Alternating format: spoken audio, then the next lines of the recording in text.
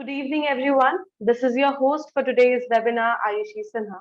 And today we are going to talk about a very critical yet the most ignored topic of all, that is pollution.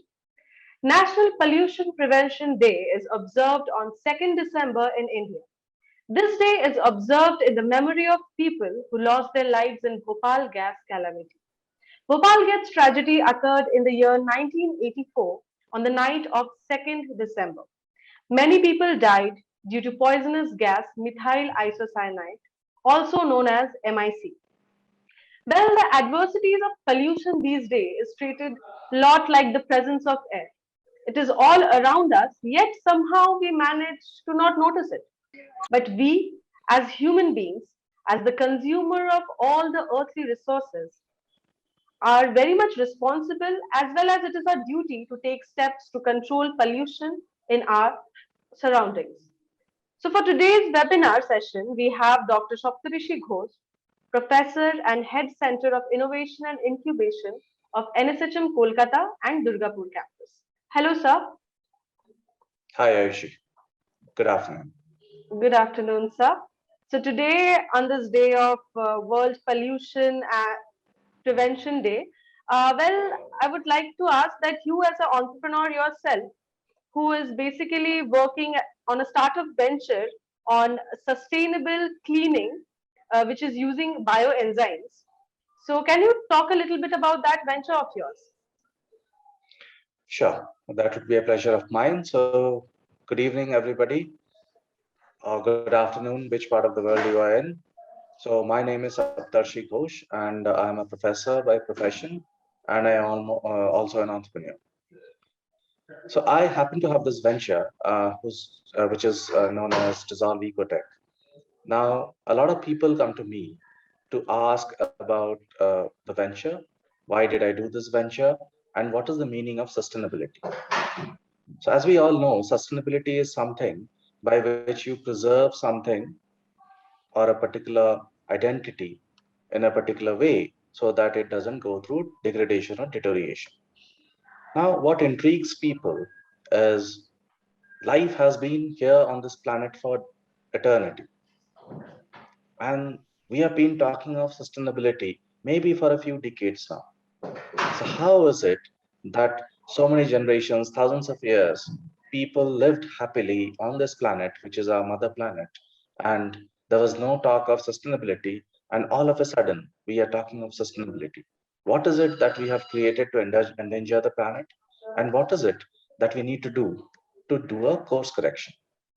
So, the idea of creating something human, and when I say creating something human, it means that doing something away from the Panchatattva or the essential elements that is the source of creation. So, if we as human beings create something which is not an essential ingredient of this Panchatattva, but is a catalytic reaction which has been done physically or chemically, and that finds difficulty in getting accepted by the planet, then that impedes the level of sustainability. However, as we all know, our mother planet, our mother earth, has its own ability to heal itself, be it the ozone layer, be it the changing course of oceans, or be it the global warming. The mother earth has its own tendencies of healing. And when you look at the tendencies of healing, it is a long, tiring process. Now, this process, when it is challenged by a phenomena which degrades the balance far greater than the healing potential of the planet, that is where we have to awake. That is where we have to take into account the word sustainability, because otherwise we are going towards a phenomena which is catastrophic.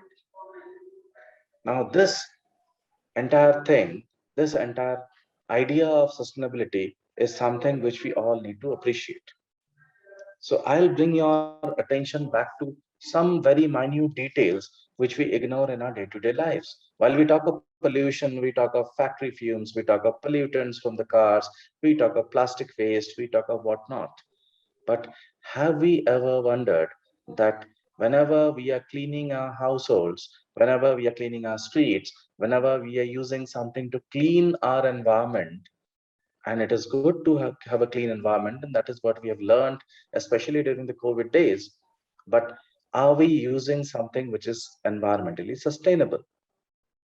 When I looked around, I found that most of the agents that are used for cleaning are chemical agents. So while with the use of these chemical agents, we are able to push the dirt, the muck, and the germs and bacteria away from our sight or the line of sight, what it also means is we are flushing it into the ecosystem. So from our drain pipes, it leads to the rivers, to our oceans. It goes on to the water cycle. It comes back in forms of rainfall, which is acidic in nature. It goes on to damage our water tables. It goes on to damage our crops. And end of the day, all of that comes back to us in the form of our food on our platter. So this is a complete eco cycle which we as humans have very successfully deteriorated, degraded, and damaged. And my effort, my attention, my idea was to challenge, check, and amend this deterioration of environment. And that is exactly what we do in Dissolve Ecotech, because our idea of cleaning starts with bioenzymes, which are nothing but disintegrating the dirt and the muck into panchatattva and solving the problem without using acidic agents, which also happen to be carcinogenic or which causes cancer. Thank you, sir. That fully satisfies the question which I have asked. And moving on further, as you talked about your own startup venture, which is Dissolve. So I would like to ask you that how is Dissolve Ecotech different from others when it comes to its product offerings? So as said, we use bioenzymes and we do not use harmful chemicals. Now, what happens is normally, if you look at households, there are people in the households. There are even people who are serving you in some way or the other, and there are people in corporates and hospitality chains who work as janitors. And all of these people get exposed to all these harmful chemicals because they not only handle these chemicals, they are also very close to inhaling the fumes that come out of these chemicals.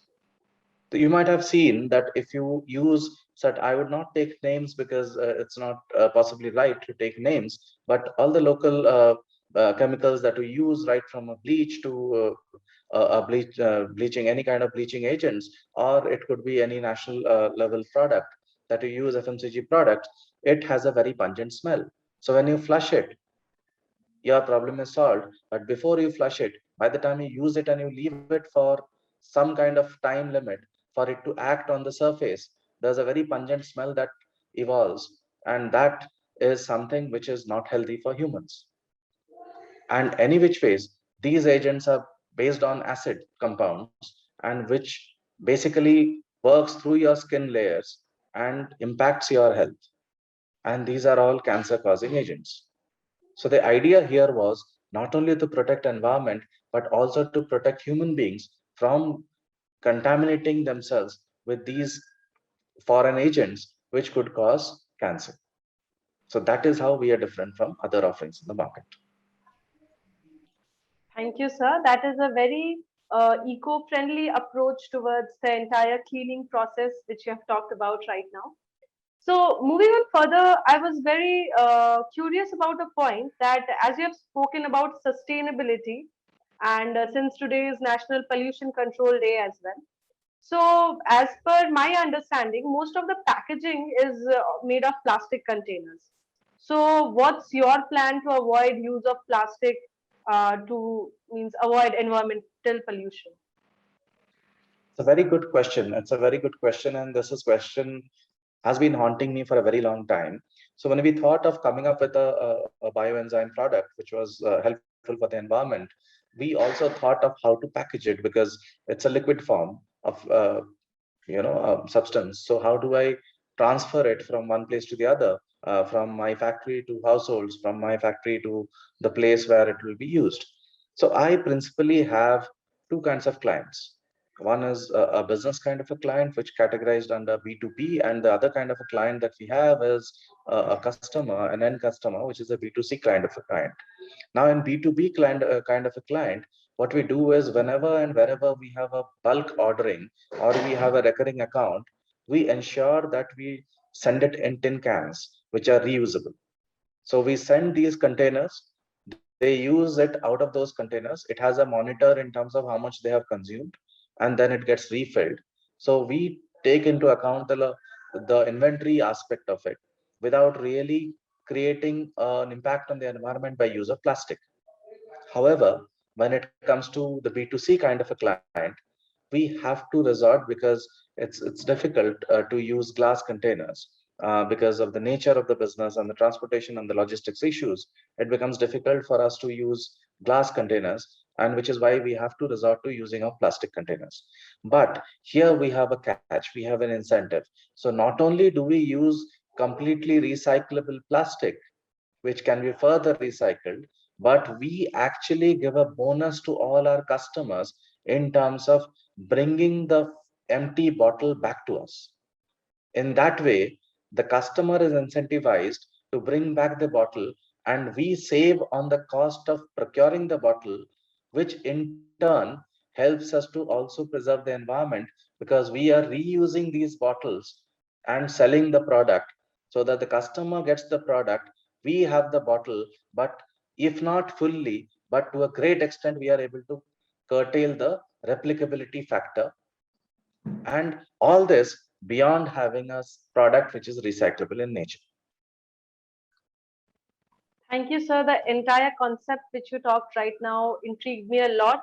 And I think many other business industrialists should also know about this entire procedure, as it is reusable, recyclable, all the three R's are there completely. So, this is a very innovative and important step to be taken by all the businesses who actually use plastic containers as such. So now I would like to come up with another question of mine, which was clicking in my head. That normally we see a lot of fumes coming out from factories, and which is somehow or the other polluting the environment. So, you being an industrialist, what is your take on the pollution caused by those factory fumes? So again, that's a very important factor, and that is exactly what we do away with when we are talking of a biotechnology, because in our factory, there's no fume. So a normal understanding of people is factories will have chimneys, and factories will have some kind of a heating process, some kind of a boiling process, and by which you will emit fumes. But in case of dissolve, the best part is we do not emit any kind of fumes, be it harmful or not. What we emit is basically water vapor. The reason is that we have water as the base, and on that water, we basically impart a, a sample of bioenzymes, which are lab created. So these are living enzymes, biological components, which are lab created, and good bacteria basically. And they, when these components get into, or these compounds get into the water, they decompose by themselves. And while they decompose, all that they will emit is some odor and some vapor, which is completely a natural phenomenon. And that is the beauty of this substance, that is the beauty of this product, that it is absolutely natural, and there's no foreign element, there's no acid compound or acid base which has been used to create this product. Thank you, sir. Well, this was a very new information that I came to know about, that factories also, some factories are also there which don't emit any kind of fumes or gases. And I guess that that is a very eco-friendly approach towards the entire process that you're talking about. So now let us come to my last question. After this, we would ask our participants to ask questions. So my last question would be that I know, since you are a business person, and of course you must be owning a car, right? And those cars contribute to pollution somehow or the other. And so, do you use electric car as such, or what is your take on electric car as a whole? That's a lovely question, and that's very futuristic too. I believe possibly Elon Musk will be happy listening to it. So, so the answer is no, I don't have an electric car. But the answer is also the fact that I was very much interested in using a bicycle. In fact, during my corporate avatar, for the last 6, 7 years of my life, I was piggy riding more on a bicycle rather than using a car. And the reason is very simple. If you look at Europe, obviously the weather is very different from that of India, but then people are promoted to use conventional modes of transport which are indigenous, like bicycles. And if places are nearby, you can also walk or use public transports like a metro rail, or what you call in other countries as subway. Now, here in India, fortunately, unfortunately, there's a little bit of a challenge when it comes to using a public transport, which is why I have to resort to using my own car. But then I would also like to bring upon a very important aspect, which is normally ignored when we talk of e-cars or electric cars. So while we are doing away with the fossil fuel, what we are also getting into is the dangerous situation of dumping lithium ion batteries all over the planet in the next few decades. Because all these electric cars run on batteries, and even if you are using electricity, but end of the day, you would need a battery to contain that electricity to run the car. So until unless it's a direct transmission, like how you use in a tram or a metro or a train, and if you're converting it to AC to a DC, and then you are using that DC to run your motors, then that goes through a battery, which again has chemical compounds. And these compounds are much dangerous to the environment, and possibly nobody has even thought about it, because what they are thinking at the moment is only about fossil fuels and not about the damage that the environment can go through by the use of all these lithium ion batteries, which will be discarded completely, and new batteries has to be used after a couple of years. And very similar to how you have to discard your cell phones, very similar to how you have to discard a lot of other batteries that will consume. Thank you, sir. That was a lot of awareness on chemistry, physics, and biology as a whole. So, thank you for that knowledge completely. And I guess this day is observed more as a pollution control day because of the awareness we try to share among our own people. So, right now, I would request the other participants in this meeting, if you have any questions, you are free to ask that to Shaptarishi sir.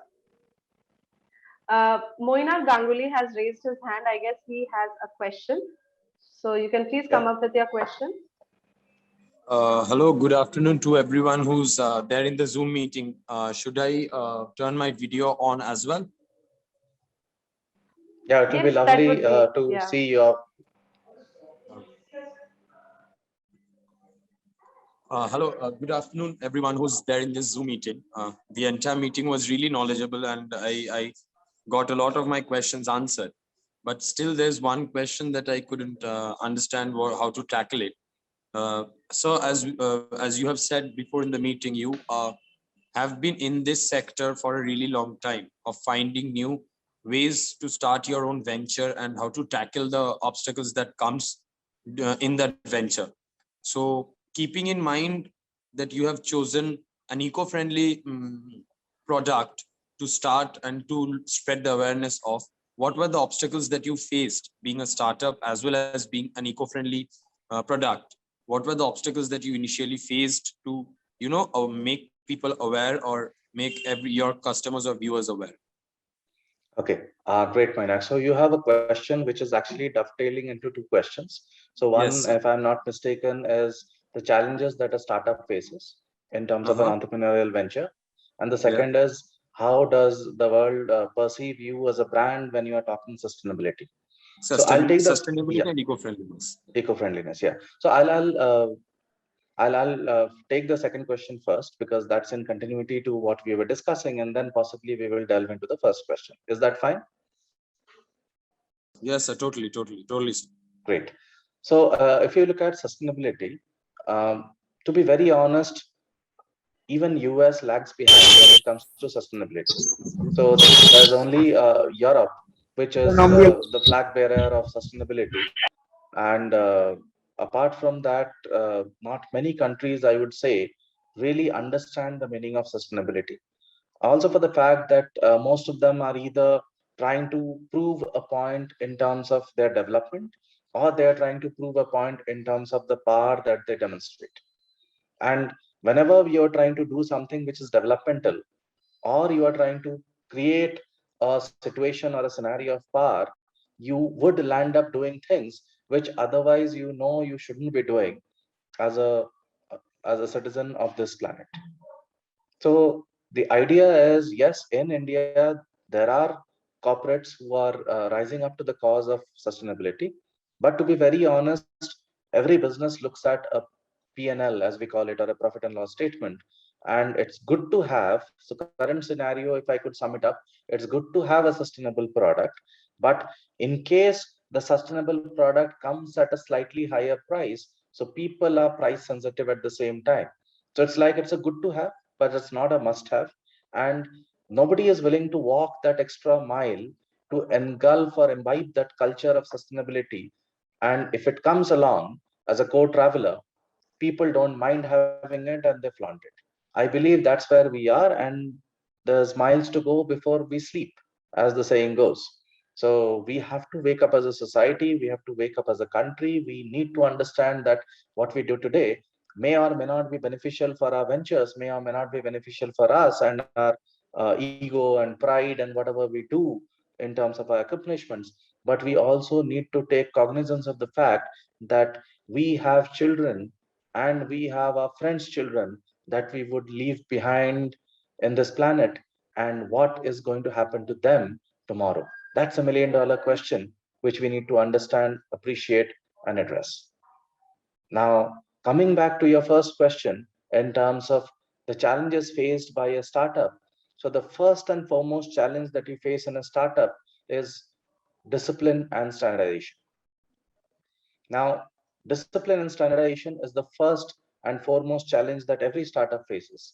And this is something which is intrinsic to any startup because it's an internal aspect. Now, until unless you have created a culture of discipline, you will be running errands and you won't achieve much. So everybody will go through a burnout, everybody will go through stress, everybody will go through dilemma, confusion, and whatnot. But the achievement factor won't come easily. And let me tell you here, the only thing that clicks, that binds the team together, that motivates them is money. Money is the biggest motivator. I can give a brilliant motivational speech, but then that will only hold you for so many minutes. But if you have money to make from your venture, you know that you have created wealth for yourself. So that's the proof of concept. And for that, discipline is critical. And the second aspect is standardization, because you can only grow provided you are standardized. If you're non-standardized, if your delivery dwindles between various nodes, then people who are pegging their hopes against you would be little concerned because they do not know what is to be expected. And nobody wants to be in a scenario where they do not know the outcome, but they're just betting on a probability. So then it becomes a gamble rather than a business. So these are the two internal aspects which I call as the first P, or the process. Now, so far as the second P is concerned, the second P is all about people. So it has to be people management skills. And as we understood the first P is closely dependent on the second P, which is the people management, and how you motivate and how you condition your people and how you take the team together. Because as I always keep saying, that Cristiano Ronaldo never won a World Cup. He could be the greatest footballer on this planet, and so is Messi. So to win a World Cup, to win a prize, to win the award for your entrepreneurship venture, and that award is success, you need to be together as a team and you need to trust each other. So the second P is also very critical. And the third P, which is the product, is a distant second. And that is when you put yourself in the other person's shoes and understand what they really want, where is the gap, and how do you curate it so that it will find acceptability in the market. and not become a Me Too product. I think these three P's are very critical when it comes to entrepreneurship success and motivation.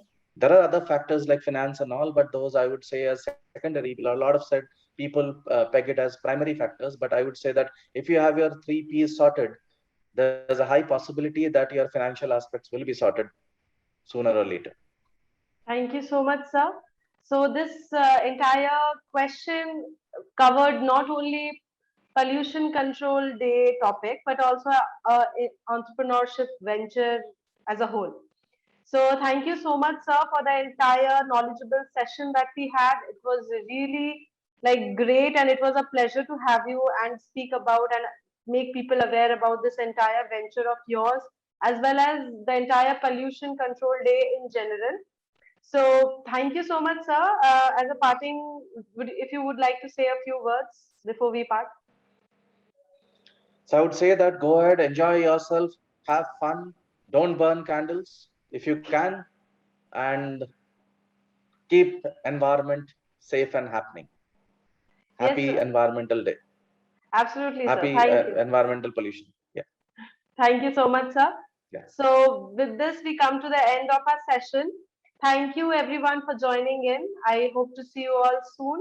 And this is the end of today. Okay. Bye bye. Thank you so much. Yeah. Thank you. Thank you so much. Namaskar. Thank you so much, sir.